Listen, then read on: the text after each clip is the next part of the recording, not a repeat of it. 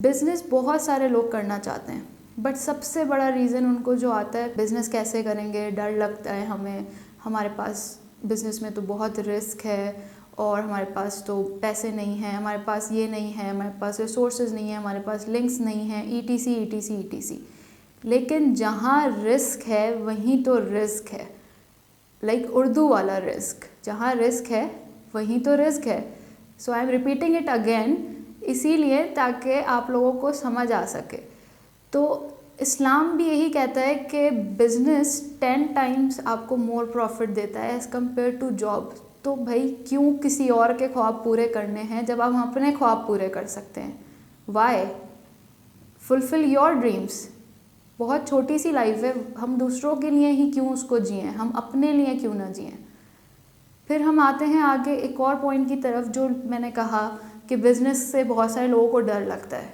Like ऐसे बहुत सारे लोग हैं जिनको रिस्क लेने से, जिनको बिज़नेस करने से बहुत डर लगता है। वो ये सोचते हैं कि अगर हमने बिज़नेस किया तो हमारा ख़त्म ना हो जाए, हम कैसे मेंटेन करेंगे कॉस्ट, हम कैसे अमाउंट इन्वेस्टमेंट्स, कैसे हम चीज़ों को अरेंज करेंगे। लेकिन आजकल जो एंटरप्रेन्योरशिप जिस थ्योरी पे काम कर रही है वो बेसिकली ये है कि आप लोग making money out of nothing. आप लोग कैसे भी पैसा बना सकते हैं पैसा लगाए बगैर, मतलब no investment only profit. We know it is possible, I would say it is possible in this century, जब हमारे पास सोशल मीडिया है, जब हमारे पास इतने लिंक्स हैं, हमारे पास इतनी कनेक्टिविटीज़ हैं।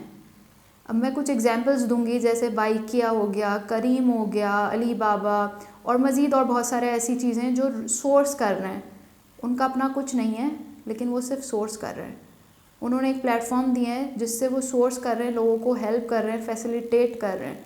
अब इसी को चलें, आप लोग कहेंगे कि ये बहुत बड़े एग्जांपल्स हैं, हर किसी के लिए पॉसिबल नहीं, तो हम छोटे एग्जांपल्स पे आ जाते हैं। छोटा एग्जांपल क्या, for example being a girl, लड़कियों को बहुत इशूज़ होता है, घर की तरफ से इजाज़त नहीं होती, इन्वेस्टमेंट नहीं होती, जॉब्स करने की इजाज़त नहीं होती, सपोर्ट नहीं होती।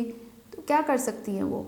बहुत सारी मैरिड हैं ख़वातीन लेकिन उनके हस्बैंड उनको सपोर्ट नहीं करते, बहुत इशूज़ हैं, पता नहीं क्या क्या चीज़ें बेचारी किस तरह से मैनेज कर रही हैं, वही उन्हीं को ही पता है। तो वो ये कर सकती हैं। मेरा उनको मैसेज ये है कि देखें, आपके पास एक मोबाइल तो है ना जिस पे आप पूरा दिन ड्रामास देखती हैं, यूट्यूब की वीडियोस देखती हैं, टाइम अपना स्पॉइल करती हैं, तो आप क्यों नहीं उसी मोबाइल को यूटिलाइज़ करें।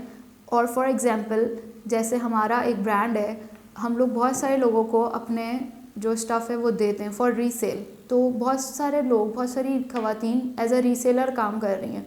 रीसेलर में क्या करना होता है आपको, कि आपको प्रोडक्ट कहीं से लेना भी नहीं है, आपको कुछ करना भी नहीं है, आपको सिर्फ पिक्चर्स लेनी है और व्हाट्सएप पे आप ग्रुप्स बनाएं अपना एक ख़वातीन के सबके नंबर्स लेकर और उनको बस फॉरवर्ड करें, और जो रेट्स हैं उसमें अपना मार्जिन रख के आगे आप अपना उस पर अर्न कर सकते हैं। ये सबसे इजी तरीका है। इसी तरह फिर आप मज़ीद और ब्रांड से कनेक्ट होते जाएं और उस पर आप अपना मार्जिन रखते जाएं, और आप लिटरली, मैं कहती हूँ कि जितना ब्रांड नहीं अर्न कर रहा होगा ना, उससे ज़्यादा एक रीसेलर अर्न कर लेगा सेल करके। तो इतने मौके हैं, मतलब आप घर बैठ के भी कमा सकते हैं।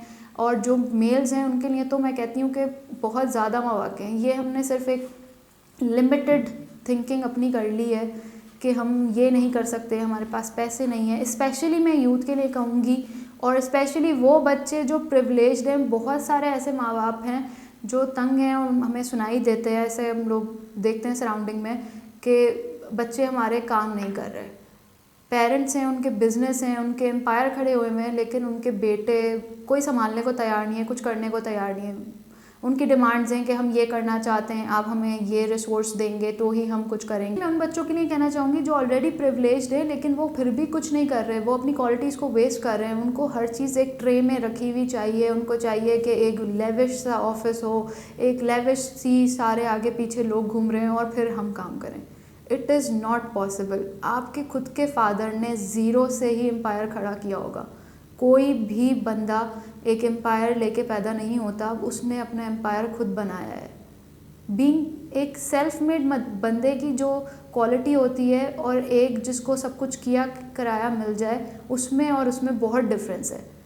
ये आप पे डिपेंड करता है कि आप सेल्फ मेड बनना चाहते हैं या फिर आप अपने अब्बा की कमाई हुई दौलत पे अपनी ज़िंदगी गुजारना चाहते हैं। और फिर उसमें भी आप कहीं ना कहीं पेरेंट्स आपको कहीं ना कहीं इंसल्ट ज़रूर करेंगे, क्योंकि उनको वो क्वालिटी ही नज़र नहीं आएगी आप में, वो खुश ही नहीं होंगे कि आप उनका बच्चा कुछ कर ही नहीं रहा है, उनको कुछ करके दिखा ही नहीं रहा है।